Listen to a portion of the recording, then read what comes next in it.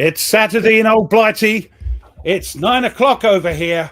We're live, so it must mean it's time for another The War Room. How are you all doing, everybody? Hope you're doing spiffingly well. We're doing a subject today that I've still got to get my head around and get my heart into. So that's why the subject was chosen, because today's guest, in lieu of Jester, we got the one, the only, Sexy Hexy. How you doing, Jeff? I'm doing good, guys. How about y'all? Not too bad. Not too bad. How you doing, Nate? Doing fine. Doing fine. Yesterday, I had some friends over. We were playing. Started the grand campaign for War and Peace. You said you were going to be doing that last week. Yeah. Yes. Yep. So we finally got started yesterday, and we are going to be starting the December 1805 turn on Monday, and currently what's going on is the French are at the gates of Vienna and about ready to take out the Austrians, while the Royal Navy has destroyed the British fleet, or excuse me, the Royal Navy's destroyed the French fleet. I should say they destroyed themselves. That would be weird. That would be a first. No, well, actually, and they're currently, unfortunately, some Spanish squadrons escaped. And so now they're chasing them across the world to try and destroy them. But everything else is going to plan for the Allies. Is that now? I've not watched anybody that ever did an unboxing on that thing. I know there were some that did, because all I can remember is the old one. They right. Matter of fact, when I was stationed at Fort Carson, one of my privates used to play it. Is that one Hex Encounter also? It is. In fact, I will. If Ruff will let me share it. Okay. Well, if you've got to go, William, thanks for stopping by, as they say. Thank you, and catch the show later. Before we do that, lock and load. Oh shit! Did you swear then, Hexy? Right. Never. Heaven forbid. So there it is. All Hex Encounter. It's such a good looking game. It is. That's gorgeous. Yep. Does look good. There he is. There he is, right in the middle of the screen. Yep. Excellent game. 16 pages of rules. It is super easy to get into and play, and then just a lot of fun, a lot of game in the box. So there is actually a 7th edition coming out, hopefully this year, that will be adding all of the French Revolutionary War scenarios and a campaign for that as well. So that would be cool to play that because there's not many games that cover the French Revolution in terms of like the military. A lot of them do political stuff, but not the military conflict. Right. What have you been up to, you two? Well, ask me in a minute. I'm going to go through. We've got getting on for nearly 60 people here, so I'm going to say hello to some people. Yeah, we have to wait for Ruff to click through all the... Yeah, and because if I don't, it's only fair, isn't it? If people take the time to comment. They do. I'm just messing with you. I know you, bless your heart. So Patrick's here. Hey, Patrick's here. Yeah, we got Charles. Hey. See, he replies to everybody individually. He has only got the time to do that. And hey, Stuka. And here. As someone pointed out in the chat, Ruff, I'll say it for you since you're going through the chat. I will mention to everyone that if they would be so kind, if they enjoy the show, to hit the like button. Oh, yes. And subscribe to good old Ruff. Somebody commented last week about we had I better subscribe. Hold on. Somebody was saying for so many views, you've got so little likes. So hit the like button for poor old Ruff. He needs all the help he can get. There's the man as well. Hey, Herman. Chris, So all the usuals are here. Christoph, hey. If you're in the chat and you've not said hello before, just say hello. We like to see who's in the old chat. A lot of familiar names in there. A lot of familiar names. Yeah. Simon. Misty. Oh, dear, no. It's been too hot. Too hot. The weather, it's been, very hot. Oh, Welsh Wales, South Wales. How you doing, John? It was nice. It got better last night over here. We had a lot of storms. So that cooled it off last night, but still hot. Yeah, 21C. That's good for us. 21C. Oh, just for Herman. 34 last night and a 76 today. There you go. Yeah. Not bad. Jeff, Viper Dave. I remember, I'll tell you a quick story while Ref's going through.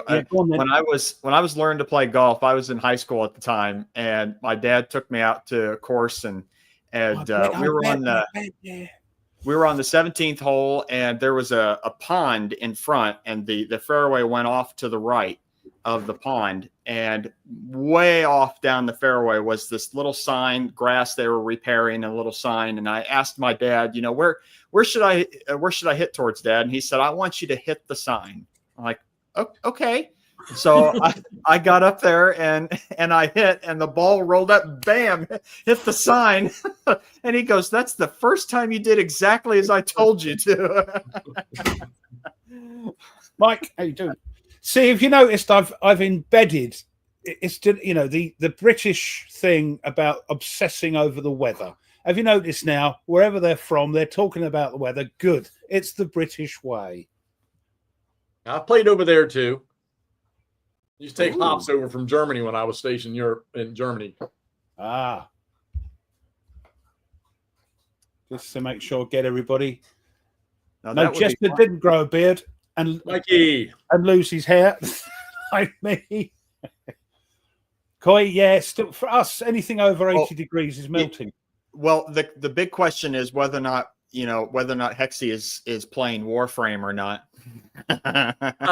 No, but I have a youngster that works with me at the county that he goes to Canada to the conventions and stuff where they're playing nothing but Warframe. Oh, so wow. I will tell him what I see Jester doing, and he's actually amazed by how far along Jester is. Oh, for an old guy, for an old guy, sit there and live stream 7 hours. I mean, I wouldn't have the stamina. I think Dragon X, you might be right. If it's a competition who has the hottest weather, it might be him. I think he said it was 108. Oh, that's Cyprus. That's going to be it's hot over there. Yes. Mm-hmm. Yeah, I just know I think pretty much across the United States it's warm right now. But of course, it is, isn't it? Yeah, Greek Cypriot. Yeah. Being an old British protectorate, they drive. It looks like England with sun because they've got zebra crossings and the old Belisha beacons. You drive on the left-hand side. There's giveaway signs, just like a little village in England. So yeah. Let's make sure we've got everybody. Is it the village of Dibley?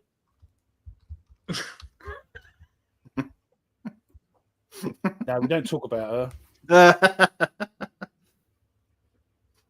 Well, Lincoln, yeah, PK. So Hexy, what have you been up to? What have you been playing? So I've only got two things that I made a decision for other than my little small table here, which I'm going to put something on here before long. I made a decision that I think I'm going to tackle for the next few months 4 or maybe 6 straight Gettysburg games. And the first 4 are all monsters. And I'm playing Last Chance for Victory right now, and I'm playing On the Table. And I'm playing Three Dog on Vassal. Then when I get done with those, I made a promise that I will tackle Gettysburg 77 again, but with some improved rules that the guys have created. Okay. And a Most Fearful Sacrifice. Okay. Herman's game. And then I've got 3 or 4 other Gettysburg games there. I'm going to see how long I can drag Gettysburg through the mud on my tables or until I get tired of it. Yeah. Yeah. Yeah. And Which, how can you get tired of Gettysburg? You know. Now, let me ask this. So, I've only played just a little bit of A Most Fearful Sacrifice, and I read a comment online. I don't know if I don't know if it was just this person's game or not, but they mentioned that they felt that the game kind of, it starts well, but then it goes off the rails, so to speak, pretty quickly, and sort of following the historical kind of flow. I don't know. What's your thought on that? Okay, if you just take the picture of the terrain in Gettysburg or on the map, yeah, maybe that flow, because you're going to use the same terrain that they were using. But he took, this is another one of those games in Herman took a monster battle, and he gave it all the detail it needs with some simplification. Yeah. Like, you're not necessarily, like, one of the things when we play tactical level games is facing. We always think about facing. Right. Especially in Civil War. In any black powder stuff or anything previous that you think about facing and stuff. Well, you know, there's one of the things where he cut out having to face a particular way, and, you know, flanking fire would be determined by the number of units around it or whatever, you know, from where they're firing from. And his command table, the charts they use for command with the priority list, I would have never thought that in a million years. Oh, it's awesome. It is great because, you know, we have games. Of course, I'm playing Last Chance for Victory. You got to write orders. Well, you don't have to write orders in A Most Fearful Sacrifice, but if you don't prioritize those divisions right, when you've got a corps with all 3 divisions on the map, there's your fog of war right there. You're going to lose out. And then the cards, and of course the dice roll, the combat tables, and, you know, his blind swords and his Black Swan stuff. Those are. It's unique. Nobody's done it. I mean, come on. He took a completely different approach. And, you know, the guys are playing it. My buddies, McMurray and Wardrobe, started the campaign game the other night at Wardrobe's house. And, of course, don't ask me why they suddenly got addicted to ACW. Wardrobe can't get enough of it now.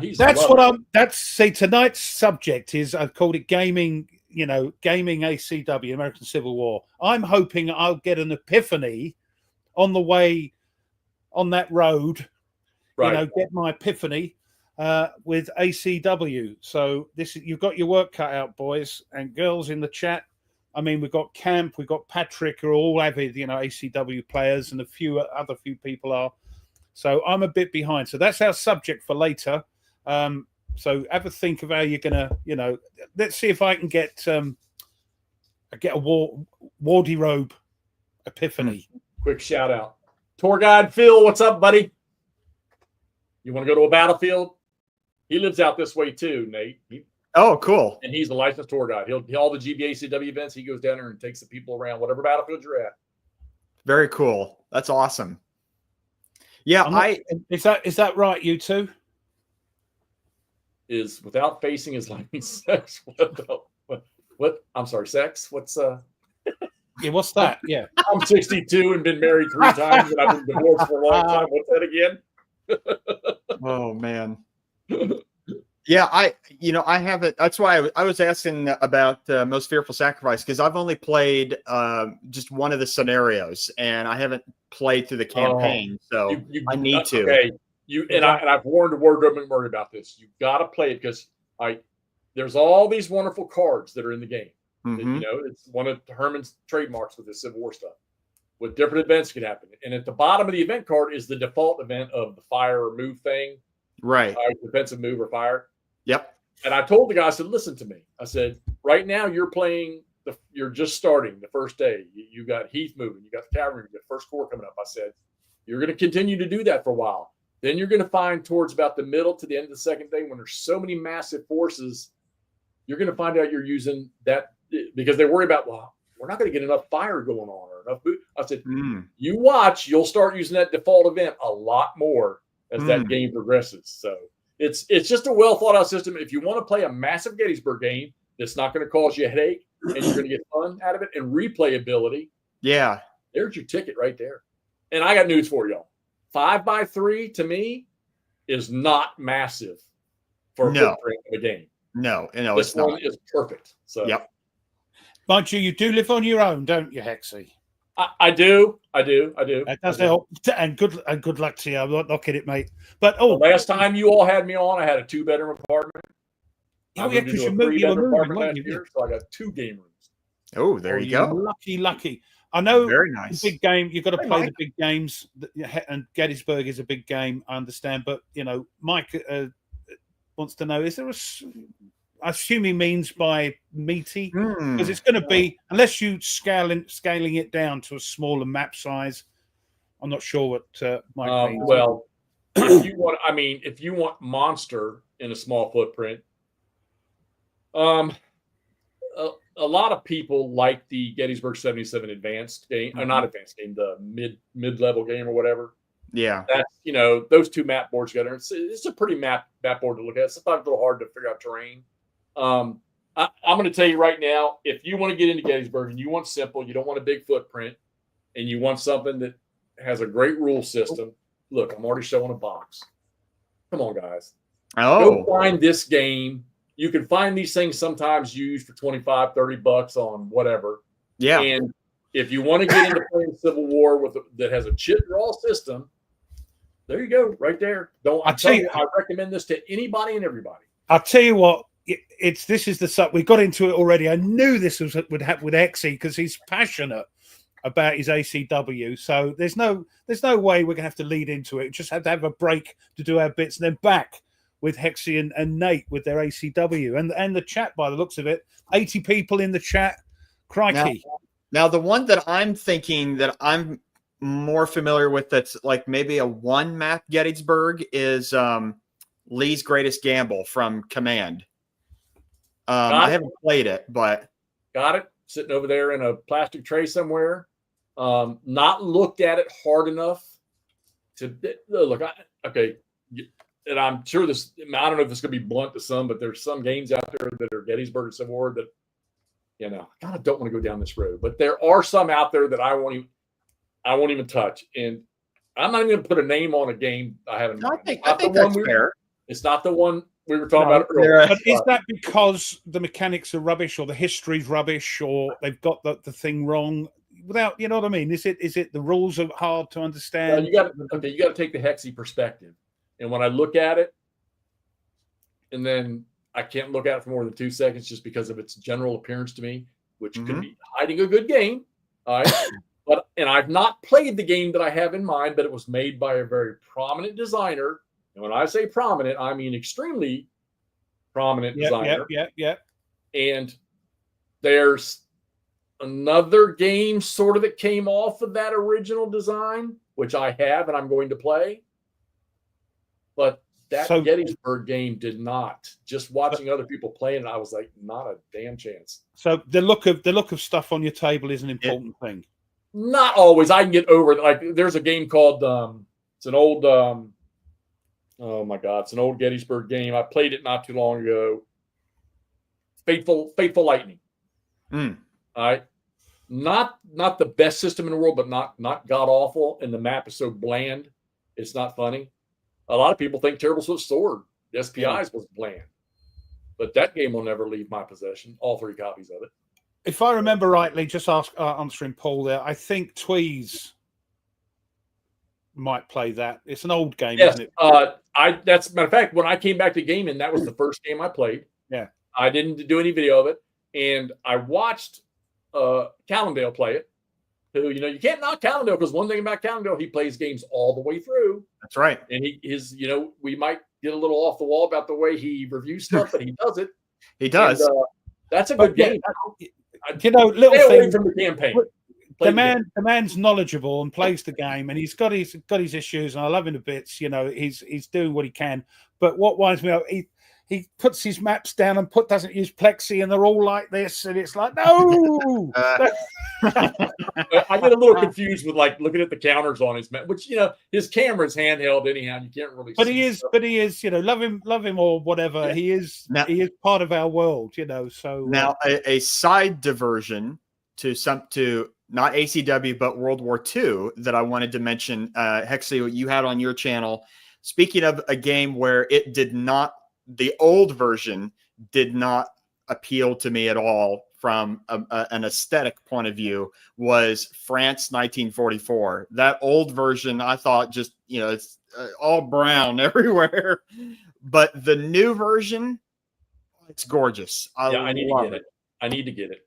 It's so good. I tell you, I didn't realize ACW was quite, I think, me being a World War II, I wanted to get into other. I do like me ancients, do like me 17th century stuff and all that, and boats and planes. But ACW, but there's all this in the chat coming up at the moment. It's so look. Sean just bought across 5 Aprils. There you go. I'm telling you, you cannot go wrong. And there's 5 battles in that box. Mm-hmm. You can't go wrong with that. You're put it on a freaking desk somewhere and play it. It's not. Just the chit draw system alone in that game. So solo's pretty good then. Oh yeah. Because you're drawing. You said the 2 words there, chip ball. Yeah. What about this from Sark? Well, I mean, operational. Don't ask me. ACW. Somebody, who was it? Somebody just Facebook a poll on that, and I'm going to get lambasted because I know what a lot of people think about this.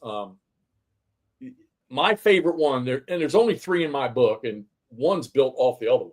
All right, the War Between the States, the SPI, which now I guess Decision, which I have both. I have 2 copies of the SPI one. I don't know why, but I do. But my favorite one is the Victory Games U.S. Civil War. Oh, there's something about that game. I played it in many, many moons, but I'll tell you this: I did play that a long time ago, and I thoroughly enjoyed it. And I did attempt to set up the newer one, and I think I went to move 2 or 3 things, and I said, "No, I don't like this," and I took it down.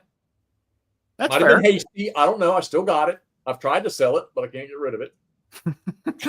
That must tell you something. Yeah. Do you play this?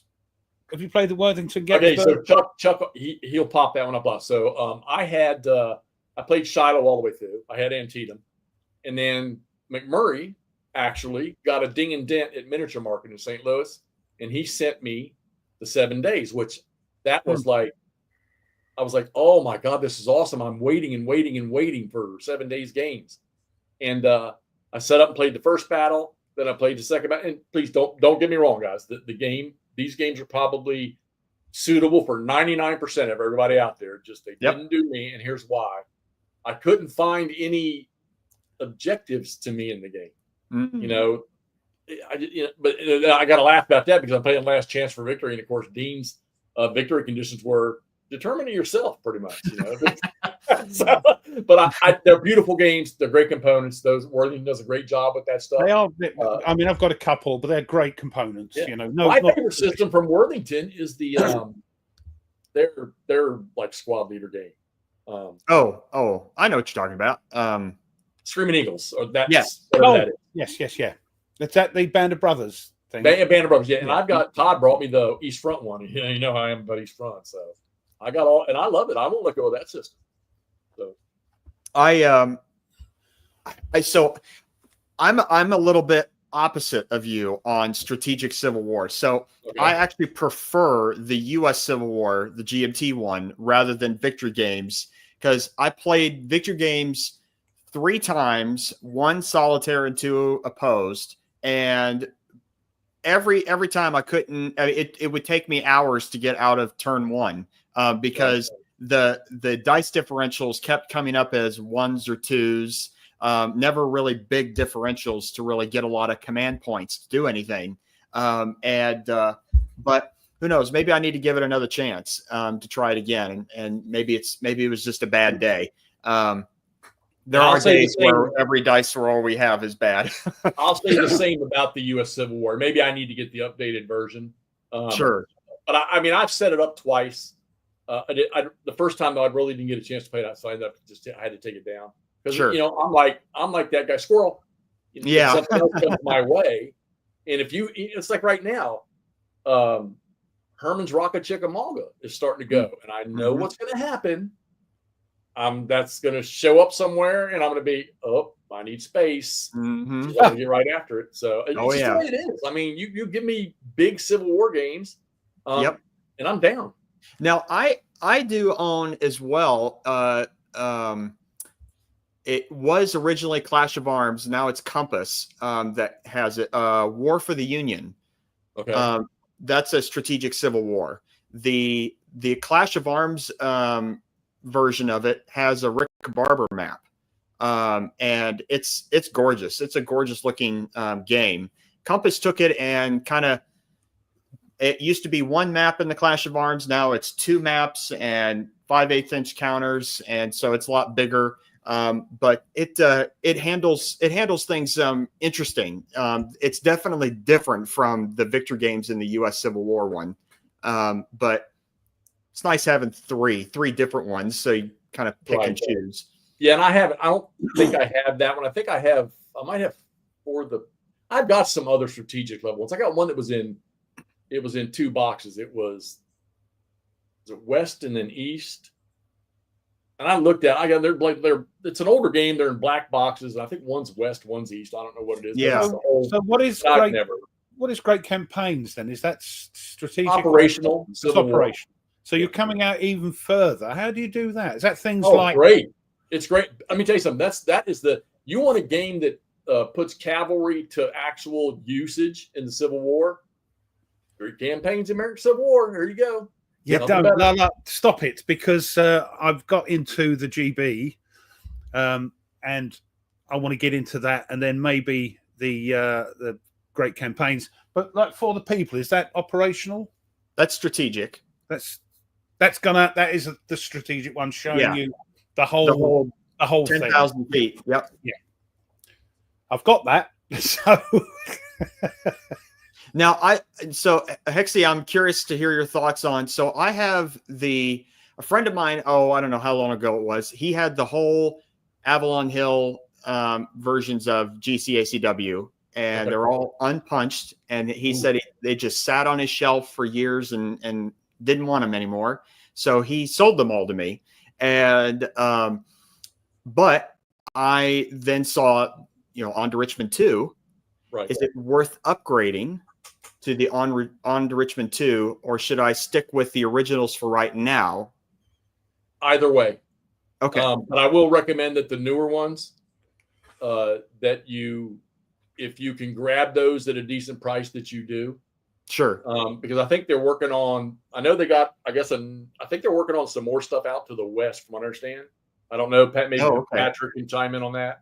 And they still got to do, there's another one of the Stonewall Jackson ones or something. Nord, I don't think it's division. I think it's brigades. I'd have to pull out and look at it, but it's not regimentals. Oh, right. So it's a bit, because isn't GBACW sort of more regimental, sort of virtually tactical stuff? Would you say that again? Isn't GBACW more sort of regimental, tactical stuff? Yeah. Who was a historic? There we go. Stonewall in the Valley 2 will be next, and then Doesn't one of the GCACWs have? Isn't it the On to Richmond 2 that has the balloons in it or something? The use of the guy going up in one of those. I want to say it's one of those GCACWs. That's cool. Yeah, now see, I'm the same way. I've upgraded. I have all of the newer ones. So I started to sell my older ones. I think I have a couple left, but you can't go wrong. I don't know about this battle hymn thing. I don't have one. I can't judge it.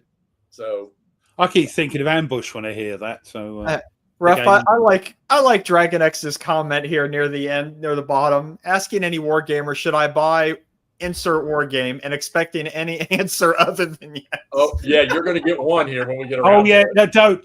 I've opened a can of worms. Segue into that. Hold on.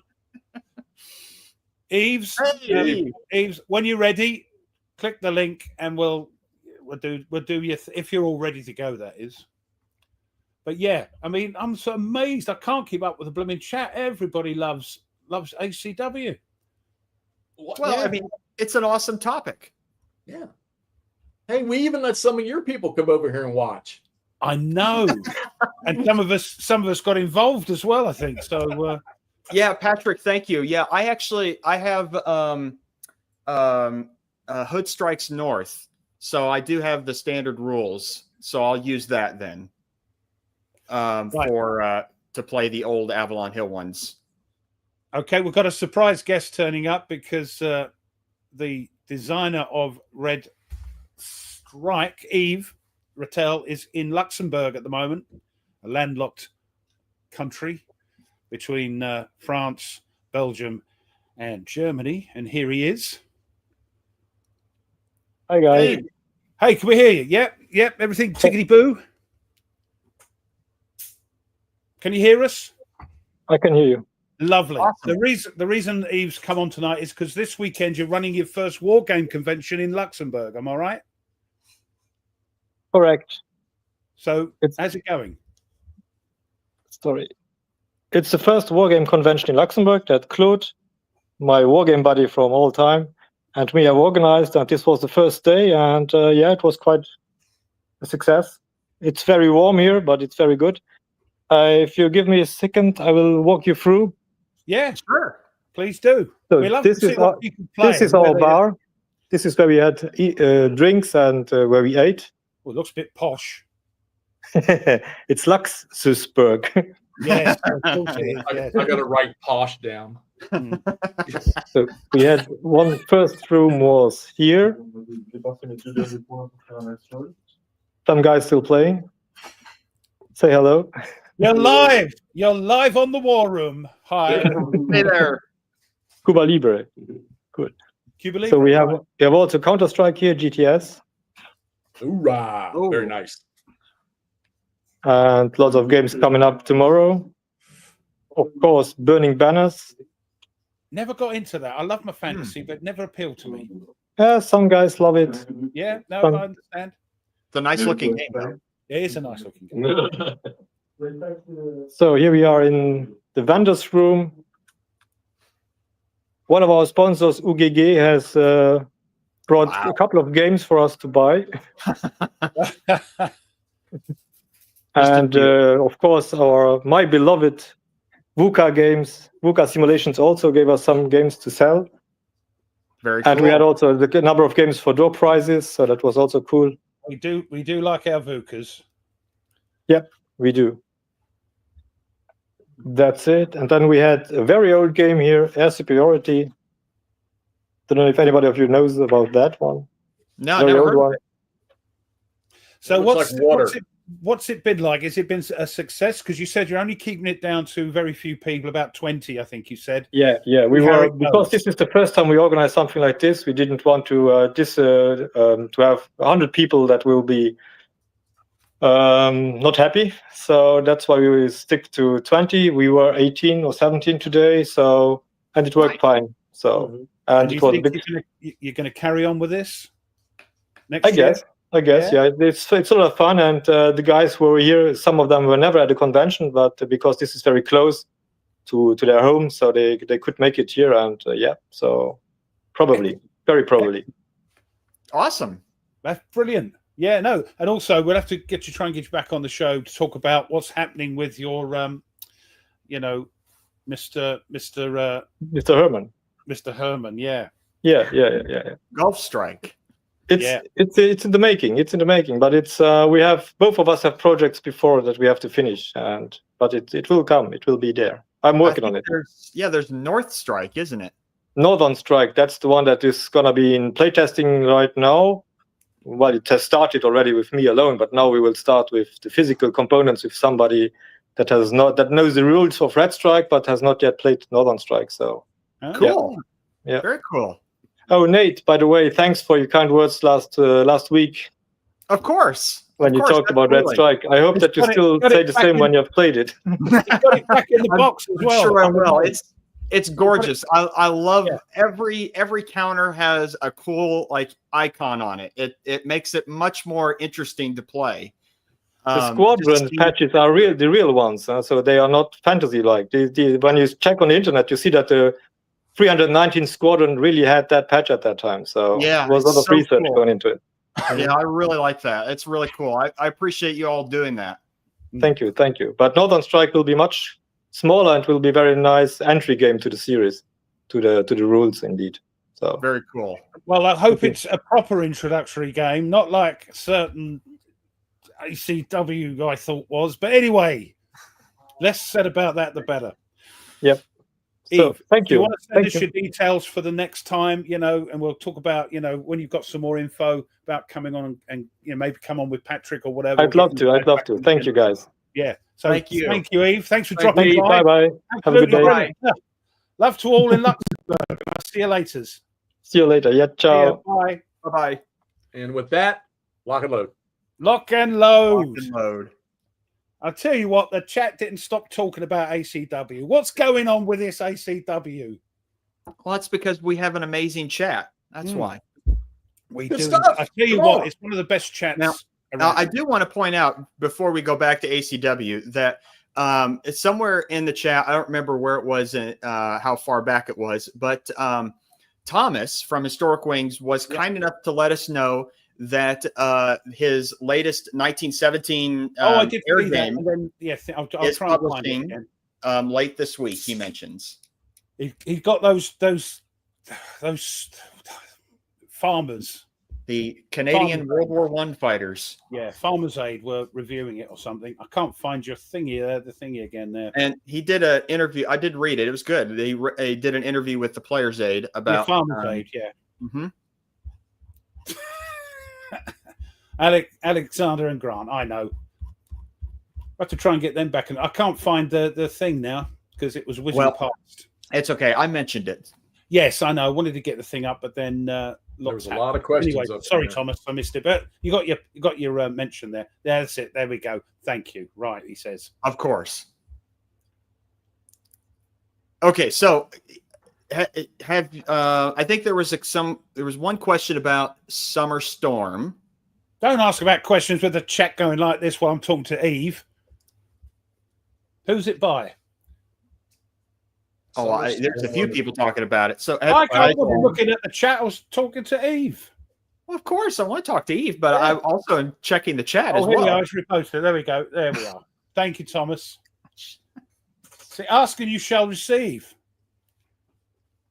So go and check that out, peeps. Unless you ask amiss. No.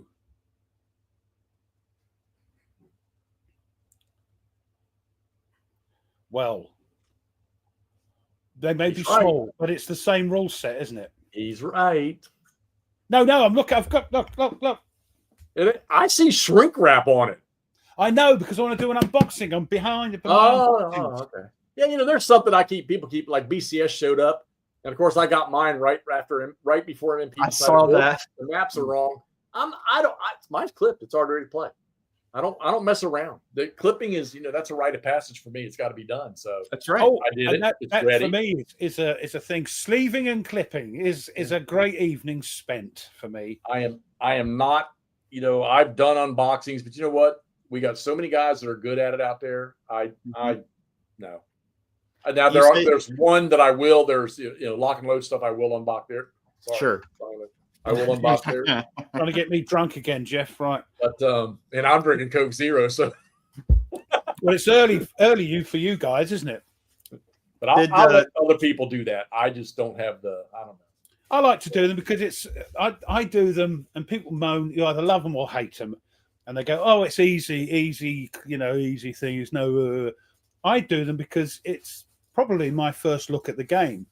And I like to look through it with the people, with people that watch the video. I'm looking at it for the first time as well. Yeah. But looking at it on the other side, though, it is quite sometimes. I won't say any specifics, but sometimes there are some unboxing videos where they're looking at the counters or whatever, and like it says USA counters, and somehow they think it's a different country. I'm like, look at it says USA right on there. Unless you're talking about me, that's because I'm colorblind and sometimes I don't know what's going on with colors. Yeah, but there's so many of you guys out there that do it so well that I don't. They get big views as well. People like them, and just as many people don't. So what do you do? Well, I actually had a designer one time on a game. I happened to get my hands on his game pretty quick, and I set it up. Took a scenario and set it up, and then I started looking at the rules. And this designer actually told me, "Man, please don't set the game up and then read the rules and video. And I'm like, I pretty much set up all games before I look at rules so I can see the picture on the map. Yeah. I couldn't believe it. And actually, I think everybody was kind of on my side on that one. What was that individual thinking? I always do that. I always set up a game and then start going through the rules. Right. Yep. Danny. Thank you, Danny. That's the way all my videos are when I'm shooting gameplay. Oh, I love them. Yeah, seasick videos, they are. So did you say that the maps were wrong in Inflection Point? Yeah, I don't know what it was specifically. I know originally they had something about, I think I want to say the logo was blurry. I haven't looked at it yet, so I don't know. But I saw the post that they put up saying that the maps are already in reprint. It might take a few weeks to get the maps out. But hey, if I want to play, I've got mine. Yeah. Well, at least they're doing it. They're making it right. So they're going to send you the maps.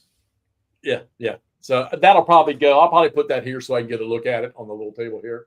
Cool. Like I said, I've got a half a sheet of info counters to clip and punch or punch and clip. And then I'm probably lay out so I can see what it looks like.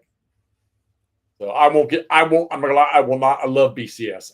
And now they've made East Front BCS. I'm even more in love. So, but I won't get to that because I really want to stick to my guns with this Gettysburg stuff, and then the stuff Wardrobe and I are doing. Which somebody asked earlier, by the way, we would have done tonight playing some more GBACW, the next scenario, but there are special events in Wardrobe's family life tonight. So we're not going to do. I thought about playing some 3 Dog tonight, and I don't know if I do it. Maybe impromptu. I might just boom. There's a live streaming, and that will be Vassal. So if I do it, but no plans to right now. Well, if Wardrobe ever does see this at some point, I will let him know that it was because of when he interviewed the designer of the Greatest Day Utah Beach. It was that interview that convinced me to buy. That was the first GTS game that I bought.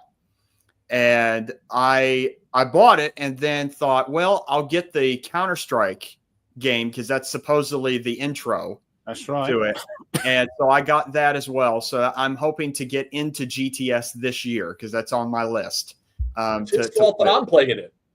What's that? It's his fault that I'm playing it. Yeah. He bought a copy of the Bastogne one and sent it to me. So I didn't buy the Utah one. I mean, I've got 4 or 5, I guess, of them already over, or 3 or 4 of them over there. I think I sent him my green box of the Market Garden one. Oh, but I think I've got 3 or 4 of them over there, and it's a good system. It really is. It looks really cool. It went over to Compass, didn't it, with the MMP. CSS, Pinion, and all that sort of thing. The company combat system. Yeah, Adam Starkweather went over there. Yeah, which some people say was a little bit more gamey. I've not played. They haven't made one. They haven't made one in that. Well, Montelimar was good, but I got rid of that. They don't really. They had. I'm not a Pacific Theater guy. I played some Squad Leader stuff, Pacific Theater, but I'm not. I'm getting more. Being a Brit is weird. I know we were over there, in the Commonwealth, over in the jungles and that, but the sort of Pacific, sort of marine stuff, the carriers and all that, and even Pacific Island stuff, I'm getting more into. Just I don't know why. It's like I'm hoping that'll happen with ACW.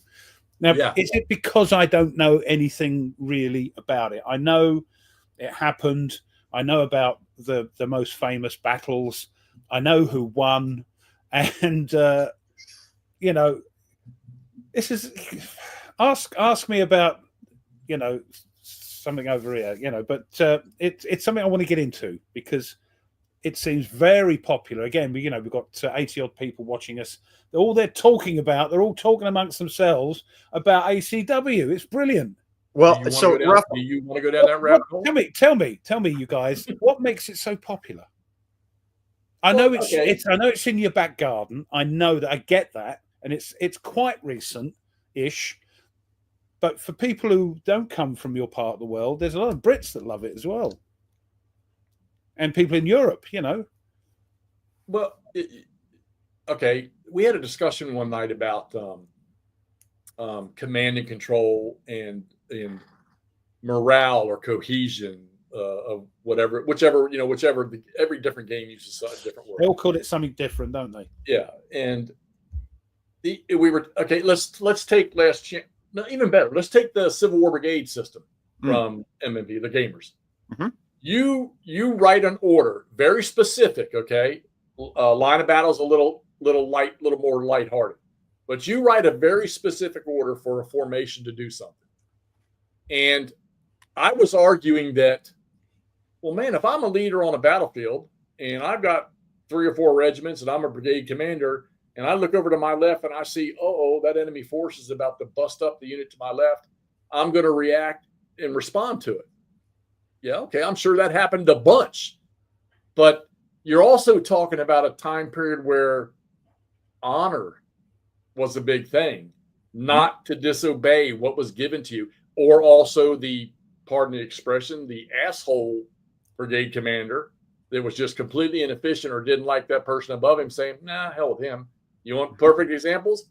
How about McClellan, what he did to yes, even I've heard of him. Yes. What he did to Pope during the Second Manassas campaign stuff, where he said, nope, he can fend for himself pretty much. So, I mean, come on, Napoleonic, all the black powder and all this. I mean, God, probably from that point backwards, honor and integrity. And, I was going to say, it's the sort of aftermath of the Napoleonic Wars, the last sort of. Herman, just perfect statement right there. Herman. Oh, totally. Has to do with the unique personalities, quirks, and talents of the generals on both sides. Absolutely. Yeah. That, and many of them survived the war and wrote their memoirs and became they became figures unto themselves even after the war. And to hear from their perspectives of what happened during the war.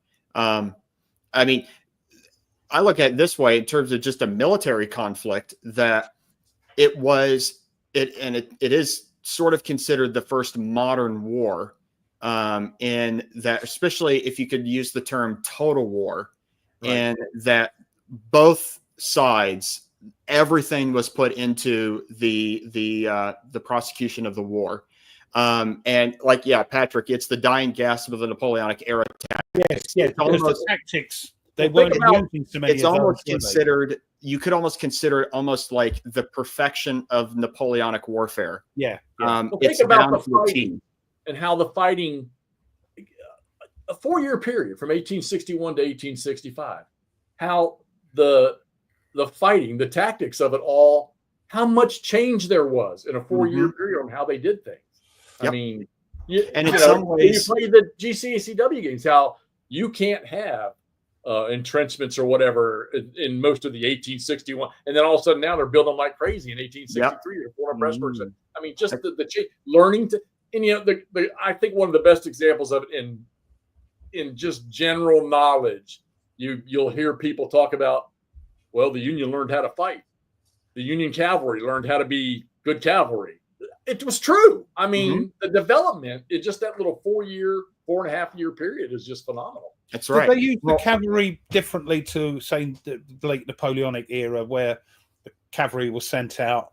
Did they use? Is it the same sort of tactics, or were they used for more harassing? So I was a cavalry scout for 13 years in the service. Okay, and our 2 primary roles were reconnaissance and security. Right. And our main role in reconnaissance was either physically reconning to find what's there, get out or and find them. Yeah. Security was to screen. Well, that's the same thing Buford was doing at Gettysburg. That's right. Right. Trying to find the enemy and then screening them from. Slow them down. Slow them down. Well, you play GBACW, and we've all argued this for years. What the hell do you do with the cavalry? Well, I figured it out playing 2nd or 3rd Winchester. You put that cavalry out there, and you force that enemy of marching columns of massive amounts of infantry coming down a road at high speed to deploy. Yep. Buford to Heath. Okay, he did the same thing on the first day. Get them to deploy, because when you put forces in battle line, things slow down. Yeah, yeah, I get it. So it's harassing the enemy, hit and run. Yeah. And in some ways, too, the Civil War also is a prelude to what was coming later on, especially World War I, with trench warfare and you see in 1864, 1865 that the weapons and tactics of the Civil War becomes much more good for the defender than the attacker.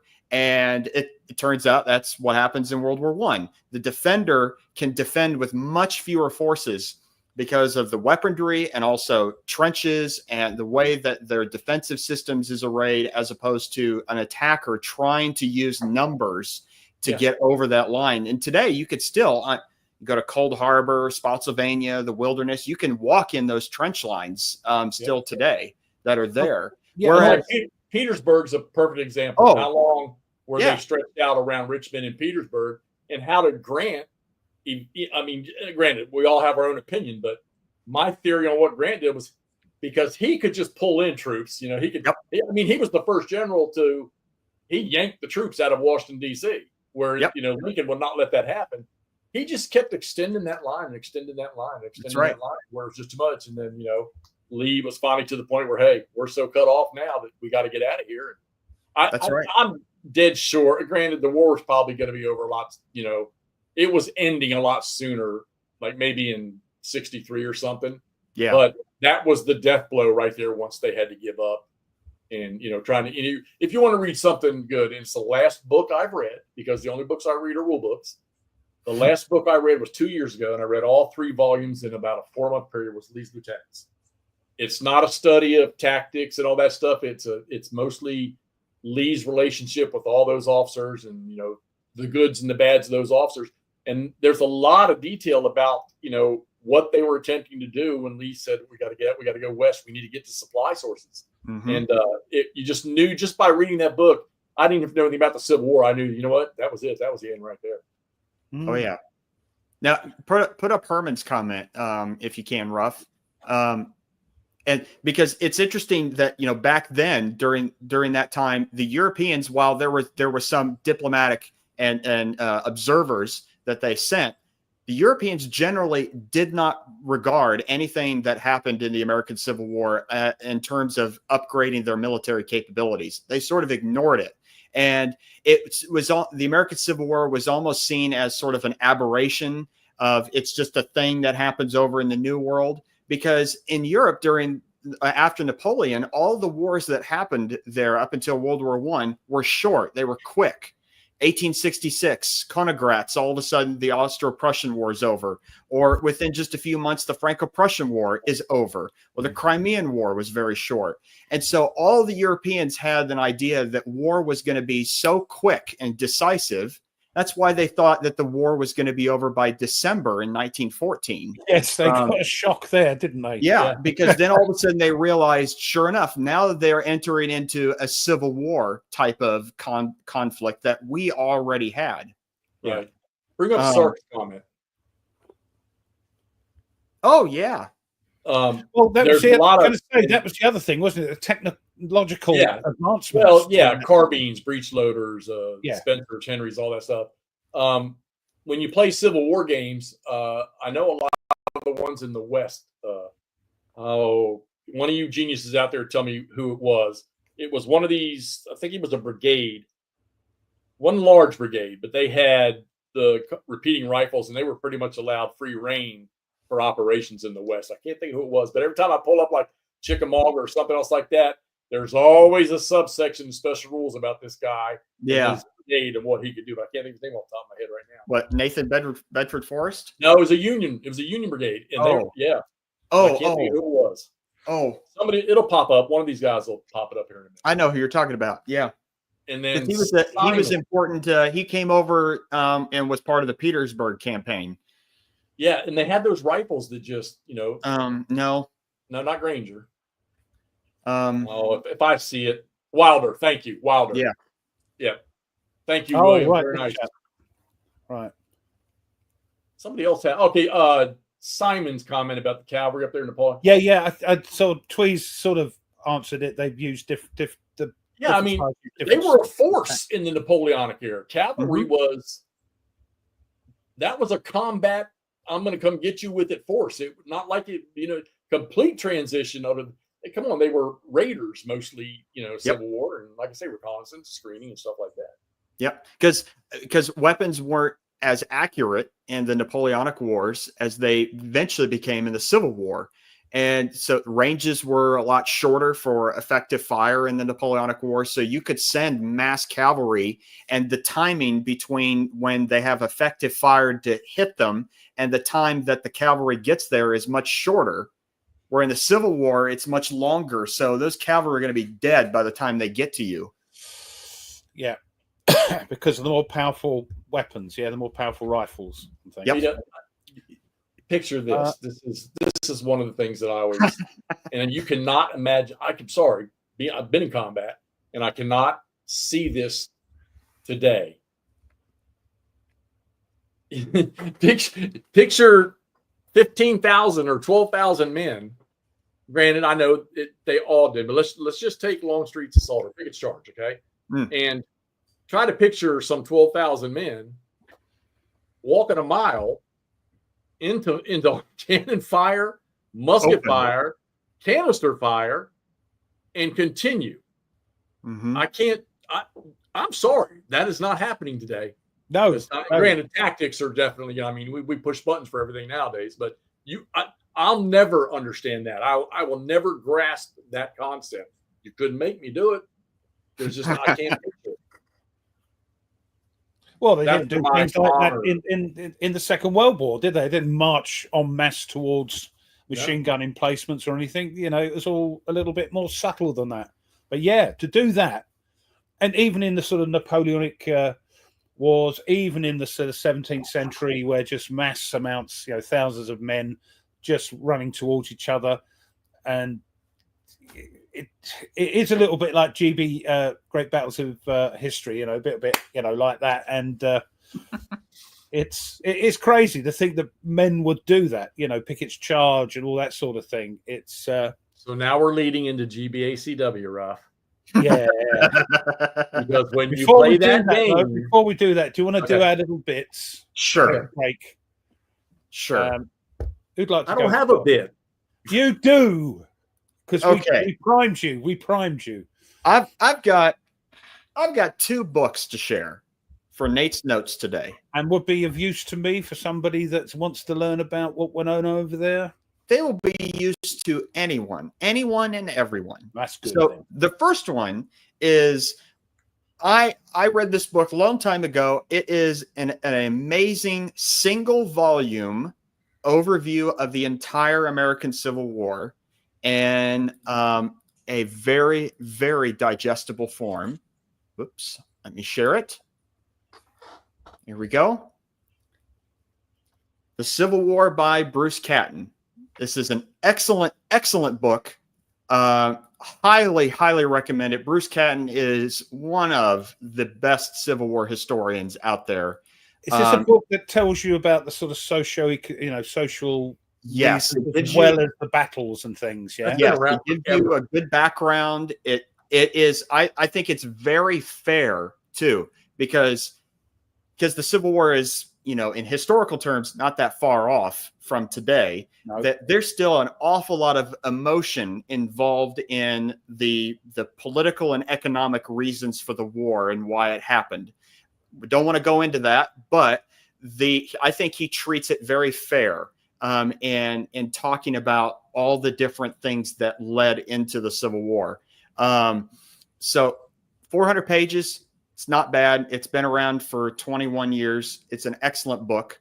The next book I'll share, though, is for those who are much more interested in the military strategies of both sides. So moving necessarily away from the political and economic things for the war. Reasons and why sort of thing, yeah. Yeah, just focus more on the military aspects. The Grand Design Strategy in the U.S. Civil War by Donald Stoker. This is an excellent book. I actually took I was doing a class when I was in grad school on local history. Of course, I'm in Virginia, so there's an awful lot to pick from, and so I was picking. I picked the Battle of Lynchburg and the campaign for trying to take Lynchburg in 1864. And he covers this in this book about the reasons why and particularly for Lynchburg, why the Union wanted to take Lynchburg, in Grant's word, even for one day, because they wanted to destroy the railroad hub that was at Lynchburg, and they weren't able to take it. There were two future presidents that actually fought at the Battle of Lynchburg, McKinley and I literally just forgot. They were both at Shiloh, weren't they? Both of those. Yes. Oh my goodness. I just told somebody yesterday this. But anyway.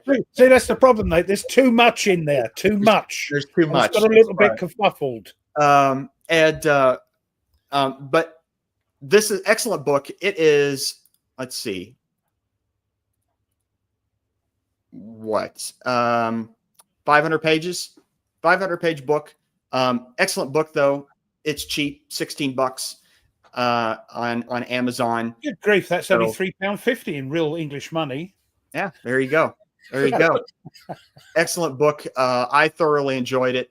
Goes through a lot of really, really cool details that a lot of Civil War books that I've read just don't mention, particularly about the grand strategy of both sides. Because I mean, having taught U.S. history in for high school students, and having learned it myself, that all U.S. history students are taught about the Civil War at the beginning, that Winfield Scott's grand strategy, the Anaconda Plan, to slowly suffocate the South of its resources until it can't produce any weapons or anything, and then just it'll suffocate and die. That was the original strategy, but then things evolve, things change, things happen during the war, and this book covers that. So if you're looking for two good Civil War books, those are the ones that I'd recommend. And the chat has put in a couple. I mean, Patrick's put one in. He thinks this was a good book. Yeah, it's good. I actually prefer the first one, the Bruce Catton one, over McPherson. But yeah, it's a good book though. And I've heard of this chap. Yep, Shelby Foote, his Civil War trilogy. The only thing about Shelby Foote, so Shelby Foote he's a great storyteller. Good, he's going to say it, not me. But he's not tech, and he admits it openly and freely in all of his interviews. He embellishes to tell a story, does he? He does. He tells a good story, but he's not a historian. Right. And there is a difference between the two. Yeah. But I still think they are worth reading. Somebody mentioned Killer Angels, and I heard something the other day. And great book. I've never read it. And I know Michael Shar just did another one too. But isn't that kind of, that book's not really historically accurate? What's the word? What do you go? What's fiction and nonfiction? What's the difference? It's definitely historical fiction. Okay. Fiction is made. I don't look. I'm one of those people that says, and I've had discussion many times, give me a game, give me where they were, and leave me the hell alone. Don't tell me I got to kill somebody. Don't, somebody has to die. Screw that. Give me my victory conditions. Give me the historical setup and just turn me loose and let me, because we're supposed to be the commanders, right? I get some rules got to be followed in games, because there are certain things happen. But, you're talking about books, and this one, actually, the last comment there, Phil Musket, toward that Phil, he turned me in wardrobe onto this, and I want to make sure I get this right. Look at this thing. Oh, my goodness.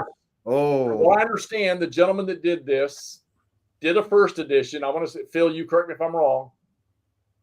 Wasn't very good, so they decided to send it out to all these historical people, tour guides, and all those people to go through it and pick it apart, and then put out this. And he'll tell you this is the tour guide's Bible for Gettysburg. And I'm gonna tell you, we bought it at the visitor center to donate to the visitor center, and it's $55. I don't know if you can get it anywhere else. Well, look at the size of it. Look at the size of it. Just on Gettysburg. Why is it so big for Gettysburg? I know it was 3 days, but because they cover about every 2 minutes of the damn battle with a map. Right, gotcha. So it's like a flick book. You can see them advancing as you flick through the book. Yeah. And I was playing 3 days Gettysburg tonight, and I've got Rhodes's first units coming on the board, and they have 3 options to how they can enter. And I'm like, screw the options. Oh, let's go get that book out. I was going to say, I bet you're going now. What we got? Yeah. Right. And that's how I brought them in. There. Yeah, brilliant. No, that would be something I would do. Yeah, and also he says that book's got the pre-Gettysburg stuff coming up out of Chancellorsville, and then the retreat after that, which that's in my area right there where they came back across the river. Oh yeah, and Lincoln is sending telegrams to Meade. Please attack him. Please go attack him. And Meade says no. That's the thing I want to learn about. There was a lot of that going on in the American Civil War, wasn't there? Attack? No, I'm not ready. Attack? Or why have you attacked? That sort of thing. So, the Civil War is one of those conflicts similar to in the Napoleonic Wars, where there's a ton of records that survive of personal letters, of maps, orders, all kinds of different things that survive, where you not only see the high level, facts of what happened, but you start to see the human level of it all. And in the Civil War, I mean, there's tons and tons of stuff that's still around. So, and we were talking about the 7 days battles earlier. And of course, I know there's a lot of people out there that, when are we going to see a good 7 days board game? Well, and I've talked to Stigler about this many a times, and it's because they have a hard time with tracking because it's early in the war. Yep. Tracking the unit strength. You got it from the Gettysburg. We got it from the visitor center. Yeah. I don't know if you probably, I imagine you can get it online, but we talked about that with the 7 days battle. And of course, Stigler's already hard to work on a ACW box for the 7 days. So $60 on Amazon. So I'm going to say, if you plan on going to Gettysburg, which, by the way, if you live on the east side of this Mississippi River and you have not been to Gettysburg, and I tell you what, Wardrobe and Murray will vouch for it. And I warned them, I said, when you get out on that battlefield, the first stop you make, you're going to be in awe of what you see, because there is no park in the United States like that. You can kill all that Alamo stuff to me and things like that. But Gettysburg is, I'm sorry, it's the big dog. And there's another thing about Civil War, the people that fought in it, what they did later in years, and who was it? Wasn't it? Two statements that I can think of. One, first, I'm going to go back to what we were talking about earlier. Who was it that said it is good that we don't, that war's so bloody that we would grow fond of it? Lee. Yep. Right. And then Sickles at Gettysburg saying, when they asked him why there's no monument for him, he said, this old battlefield's my monument. So, yeah, I'm hoping to get back to Gettysburg myself this year. It's been 20 years since I've been to Gettysburg, and I know that tons have been changed since then. Buildings torn down, fences rebuilt. Wood lines removed and reshaped. It's incredible. Yep. Sorry for that interlude, Ruff. No, that's fine. No. It's fascinating. It is working slowly, drip, drip, drip. But you mean they've moved the wood lines to make it more like it was of the day, you mean? What a picture is in 1863 and what it is today. Well, I wish we'd look after it. Mind you, we're so small, we need the space for car parks and things. Well, we're very appreciative for the American Battlefield Trust here. Yeah. They get together and get donors to buy up the land, and then they try to preserve it. And so they should as well. And God bless them for that. It's wonderful. Now, Ruff, what happened today on the 28th of June? Right. In British history. Oh, British history. Yeah, we get this every week, Hexy. British history. Okay. The problem is, I watch it. Go ahead, let's hear it. You guys don't actually turn up until the sort of 18th century. So, the 19th century. So, or 18th century. So we've only got a couple of 100 years to. We've got 2,000. Oh, nice, Captain. Oh, right. So very cool. Good. Yeah. So let's get some history out of the way to get to the 18th century, and then we might have some American stuff. So let's go. I'm joking. I love you guys over there. 1098, though. Fighters of the First Crusade defeat Kaboka of Mosul at the Battle of Antioch. And peeps, it's in here. Dun, dun, And I do like it when a battle comes up and I've got the game that's got it in it. So yes, that's in there. 61, beg your pardon. 1461. Edward IV was crowned King of England. He was the first Yorkist king, and the first half of his rule was marred by the violence associated with the Wars of the Roses. You got something to do with Sean Connery? And it's in there, eh? Didn't Sean Connery make a movie about that? No. That was Highlander. It's in there as well, Blood and Roses. English Civil War. Joe, thou shalt not count to 3. Yeah, no, that's the holy hand grenade of Antioch. It's a different thing. We're nearly there. 1645, in the English Civil War, the Royalists lost Carlisle. Don't think it's in the dual pack there for what I call it, musket and pike. 1745, nearly there. A New England colonial army captures the French fortifications at Louisbourg. This siege took place today when a New England colonial force aided by a British fleet captured Louisbourg, the capital of the French province of Ile Royale, present-day Cape Breton Island, during the War of the Austrian Succession, known as King George's War in the British colonies. And then, look at this. That's 1776. American Revolutionary... Here we are. I don't know you're there. American Revolutionary War. The Battle of Sullivan's Island ends with the American victory, leading to the commemoration of Carolina Day. The Battle of Sullivan's Island, or the Battle of Fort Sullivan, was fought today during the American Revolutionary War. It took place near Charleston, South Carolina, during the first British attempt to capture the city from American forces. It is also sometimes referred to as the First Siege of Charleston, owing to a more successful British siege in 1780. Again, American Revolutionary War, 1776. Thomas Hickey, Continental Army private and bodyguard to General George Washington, is hanged for mutiny and sedition.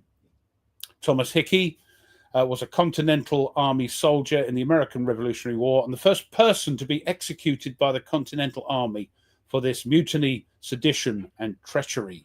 He was born in Ireland, and Thomas Hickey came to America as a soldier in the British Army and fought as a combat field servant to Major General William Johnson in the 7 Years' War. He later joined the Patriot cause when the American Revolution broke out and became part of the Life Guard, which protected Washington, his staff, and the Continental Army's payroll. Their red flag coming, payroll. Hickey was briefly jailed for passing counterfeit money. During this incarceration, he told another prisoner he was part of a conspiracy. He was later tried and executed for mutiny and sedition against the Continental Army.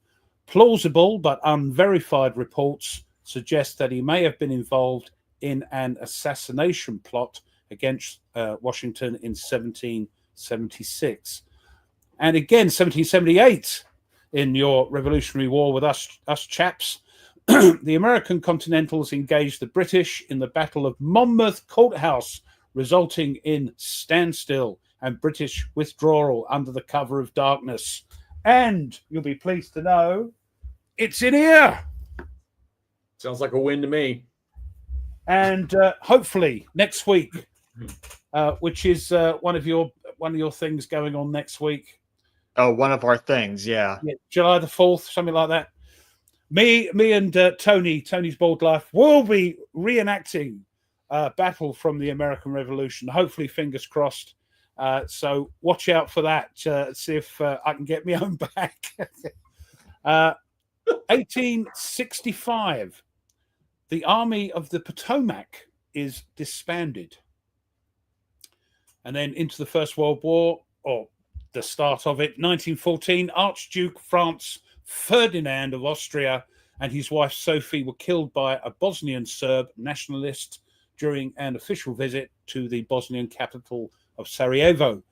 The killings sparked a chain of events that led to the outbreak of World War One. Why have I put that twice? Never mind. World War One, 1917. Greece joins the Allied powers. Better late than never. 1919. Exactly 5 years to the day after Franz Ferdinand's death, Germany and the Allied powers signed the Treaty of Versailles, officially marking the end of World War One. Although the armistice signed on the 11th of November 1918 ended the actual fighting, it took 6 months of negotiation at the Paris Peace Conference to conclude the peace treaty. And there is a game called Versailles 1919, which I've played with Tweez and Jester and Tony. Great fun game because it's a stabby back game. You're all friends to start with, and then as the game goes on, you want things, so you start stabbing these people in the back. Good, it's a good fun game.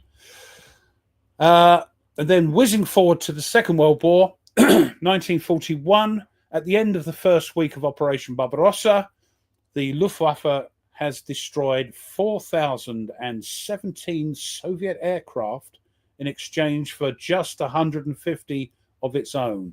Soon changed though. And in 1942, Nazi Germany. Yahtzee. I've said that word in my in the Shadows game that I'm playing. No. There's Yahtzee cards. It goes Yahtzee, and I'm thinking that's it. That's demonetized anyway. But there's all 2 cents. I have to. Yeah, I should have put Yahtzee. Yeah. Anyway, Yahtzee Germany starts its strategic summer offensive against the Soviet Union, codenamed Case Blue. And lastly, 1968. I have to have a plain one. Retired the Avro Anson from the RAF. The Avro Anson was a British twin-engine multi-role aircraft built by the aircraft manufacturer Avro.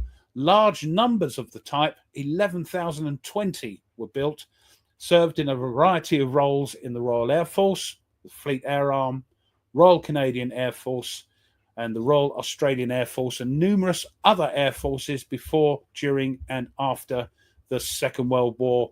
And Thomas says it's a dog of a plane. It's not the most prettiest of planes, but it was a workhorse, and we're just going to show you what it was. Where are we? Window, there we go. Bang. There we are. It's okay. It was a multi-service, also used as a trainer. Yeah, versatile, as Thomas says. Yeah, a bit of a dot. Yeah, it wasn't the prettiest thing, but there we are. That was retired today. Okay. Well, we also do want to mention, I noticed in the comments that today is also Dragon X's birthday. So happy birthday to him. We've got to sing it. No. Happy birthday, Dragon. Happy birthday, matey. You don't want to hear me sing, so just happy birthday. All right, Hexy. So we put you on the spot, I know, because Jester does a sort of hidden, or what do you call it? He calls it a hidden gem. Hidden gem, yes. And you went, oh, I've got one, and you run off and got it. I do. Okay, but before I show the hidden gem, yeah, I'm going to show this again because I'm going to tell you all. If you want to get into ACW, go find your copy of this. Okay, go find it. You can get them. I'm telling you, they're out there. They're on eBay, BGG. Go find it. $50-$60. Yeah. Yeah, I've seen them for $25. So. Oh, right. But great intro game into ACW. It's not too deep, but it's got chit draw, and it's a wonderful game. There's 5 easy to play battles in there. Okay, all right. I'm not going to get that, Hexy, because I've got enough GB ACW. No, you don't. I see 1, 2, and then the one you had on your desk. And let me tell you something. That one in that brown box right there, Into the Woods. Yes. Death Valley's the best box they ever created so far. Okay. Mm-hmm. That Into the Woods game is a work of freaking. It's a masterpiece. They're both good. I've also got the. Oh, very nice, dude. There's like 12 to 13 battles amidst those two. I've got enough to be getting on with. I just need. I've played it with Tweez.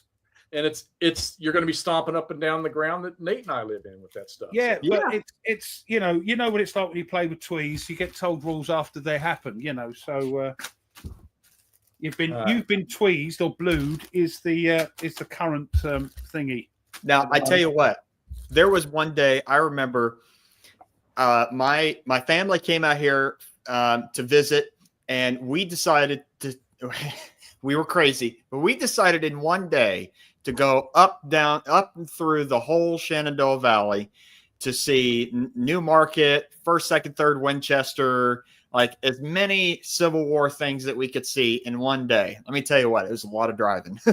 But probably the coolest thing, though, I don't know, I doubt it's in any game, but the coolest thing was when we were in Winchester to go to Stonewall Jackson's headquarters. Oh, wow. And you go in there and they walk you around, and like you see all of his stuff is still there.